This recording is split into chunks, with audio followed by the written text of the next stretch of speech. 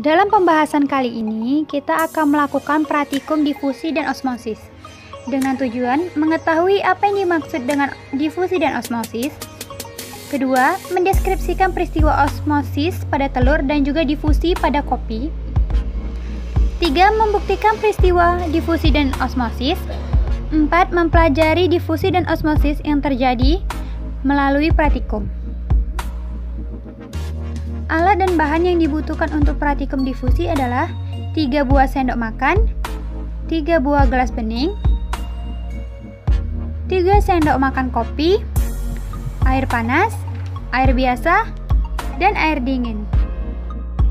Langkah kerja praktikum difusi yaitu yang pertama, siapkan 3 buah gelas, yaitu gelas A, gelas B, dan gelas C. Lalu tuangkan air panas pada gelas A, air biasa pada gelas B, dan air dingin pada gelas C. Tuangkan dengan jumlah air yang sama banyak. Kemudian, masukkan 1 sendok makan kopi ke dalam masing-masing gelas pada saat yang bersamaan. Ingat, jangan diaduk. Lalu, hitunglah selama 10 menit menggunakan stopwatch. Setelah itu, kita dapat mengamati perubahan yang terjadi. Hasil pengamatan difusi. Pada gelas A yang berisi air panas, dapat kita amati bahwa kopi lebih cepat terlarut. Yang kedua, sebagian besar kopi larut. Dan yang ketiga, warnanya sangat pekat. Pada gelas B yang berisi air biasa, dapat kita amati bahwa kopinya lambat larut. Lalu, hanya sebagian kopi yang larut. Dan ketiga, warnanya agak pekat. Pada gelas C yang berisi air dingin, yang pertama, kopinya sulit larut. Lalu, hanya sedikit kopi yang larut dan warnanya tidak pekat. Difusi adalah perpindahan molekul-molekul zat dari konsentrasi tinggi ke konsentrasi rendah, baik melalui membran plasma ataupun tidak. Difusi dibedakan menjadi dua, yaitu difusi sederhana dan difusi terbantu atau sering juga disebut difusi terfasilitasi. Difusi sederhana terjadi secara spontan.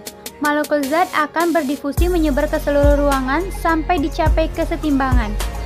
Faktor-faktor yang mempengaruhi proses difusi yaitu wujud materi, ukuran molekul, konsentrasi zat, dan suhu.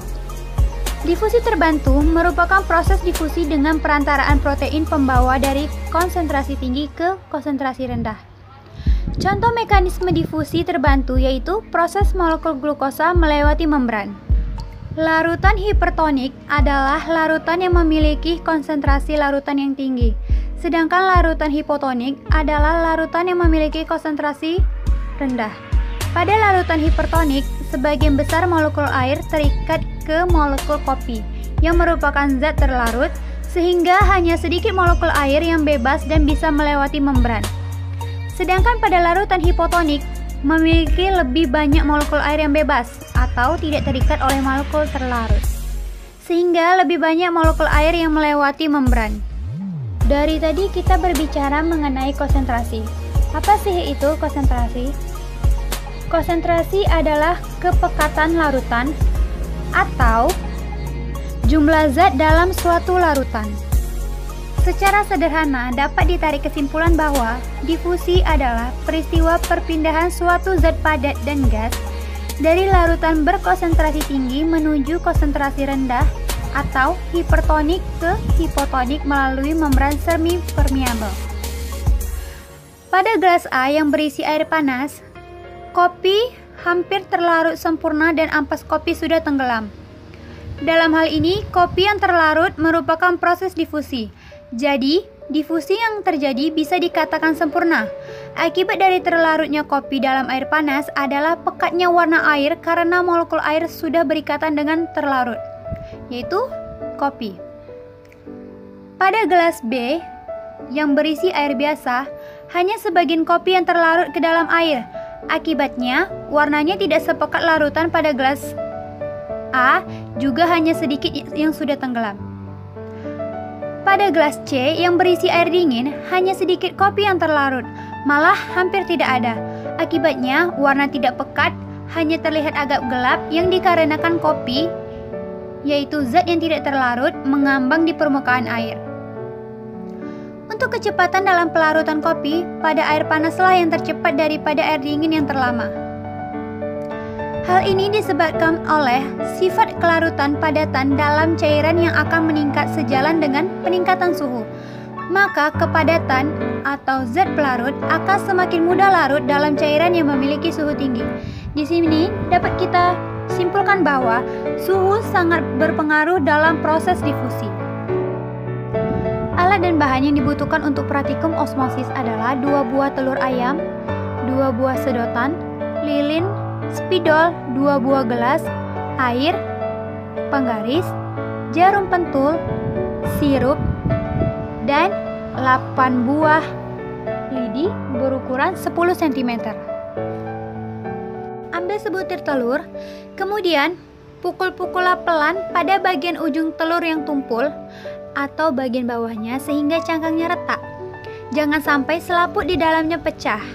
Yang kedua, bersihkan bagian ujung telur yang tumpul dari cangkang yang sudah retak dengan cara mengambil retakan cangkang dengan hati-hati sehingga didapatkan ujung telur yang tanpa cangkang kurang lebih berukuran 2-3 cm.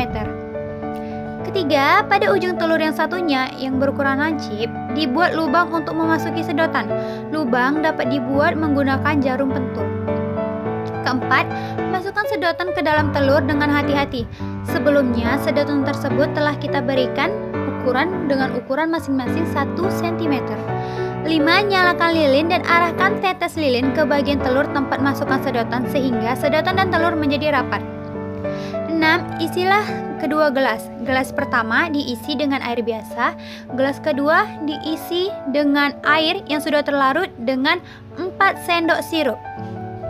Ketujuh, ambillah potongan lidi tadi masing-masing pada gelas 4 lidi yang telah berukuran 8 cm dan diletakkan miring dari dasar gelas hingga ke mulut gelas yang berguna untuk menjangga telur supaya tidak tenggelam ke dasar gelas.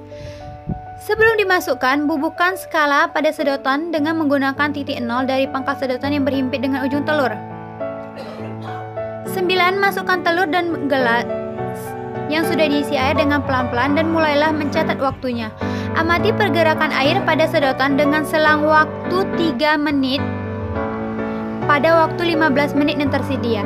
Jadi, dalam waktu 15 menit, amati setiap 3 menit sekali. Lalu, catatlah hasil yang ada. Hasil pengamatan osmosis pada telur ayam, pada menit ketiga, belum terjadi perubahan apapun. Begitu juga pada menit ke-6. Lalu pada menit ke-9 telah terjadi perubahan, yaitu kenaikan zat pada batasan pipet seukuran 1 cm. Lalu pada menit ke-12 naik sedikit, dan terakhir pada menit ke-15 naik menjadi 2 cm. Pada telur ayam yang terjadi adalah proses osmosis alami. Proses osmosis ini merupakan proses transport pasif karena tanpa energi aktivitas. Dapat kita tarik kesimpulan secara sederhana, osmosis adalah pergerakan suatu zat cair dari konsentrasi rendah menuju ke konsentrasi tinggi atau hipotonik menuju hipertonik melalui membran selektif permeabel. Dari hasil pengamatan dapat mengetahui dan menghitung nilai laju osmosis yang terjadi pada telur ayam. Pada prosedur kerja yang telah dibuat, di mana telur ayam harus dilubangi pada kedua kutub telur pertama dilubangi hingga menembus cangkang dan selaput telur sebaliknya pada kutub telur berlawanan dilubangi hingga cangkangnya saja. Kita dapat mengamati bagaimana molekul air yang memiliki konsentrasi rendah dapat berpindah ke cairan telur yang memiliki konsentrasi tinggi, serta dapat mengamati bagaimana molekul air menembus membran sel telur, yaitu selaput, yang selektif permeabel. Dalam hal ini, air sebagai pelarut yang memiliki konsentrasi rendah atau hipotonik, dan cairan di dalam telur merupakan pelarut yang memiliki konsentrasi tinggi atau hipertonik. Kesetimbangan dinamis akan terjadi jika konsentrasi antara larutan air dan cairan telur sama dan terbentuk larutan yang isotonik. Perpindahan larutan juga terjadi akibat adanya perbedaan konsentrasi.